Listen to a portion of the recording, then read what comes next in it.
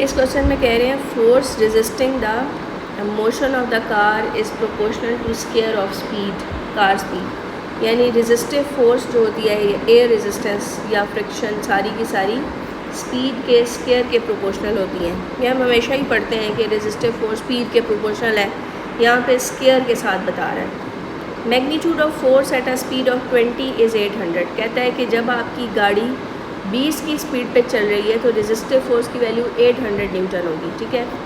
यानी 20 का स्क्वायर अगर हो तो आपकी फ़ोर्स 800 बनती है। ये सीन है, ओके। अच्छा, कहता है कि useful output power is required, what useful output power required for the car engine to maintain a steady speed of 40। आपको हमेशा ये बात याद रखनी है कि गाड़ी जब कांस्टेंट स्पीड पे जा रही हो तो ड्राइविंग फोर्स बराबर होती है बैकवर्ड रेजिस्टिव फोर्सेस के, ठीक है, उसके इक्वल होती है जब आपकी गाड़ी की कांस्टेंट स्पीड हो।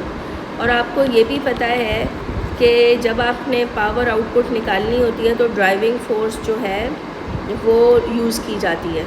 तो इसमें अगर ड्राइविंग फोर्स इनटू वेलोसिटी यानी फार्मूला ये होता है, तो ड्राइविंग फोर्स यूज़ करते हैं, वेलोसिटी से मल्टीप्लाई करते हैं तो पावर आउटपुट आ जाती है।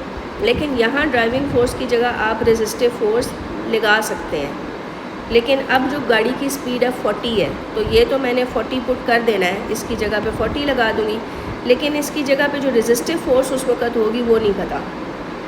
तो आप रेशो मेथड इसके लिए लगाएंगे। रेशो मेथड में क्या करेंगे कि अगर 20 की स्पीड पर आपकी फ़ोर्स 800 है तो 40 की स्पीड पर आपकी फ़ोर्स कितनी होगी? 800 डिवाइडेड बाई 20 का स्क्वायर मल्टीप्लाई बाय 40 का स्क्वायर।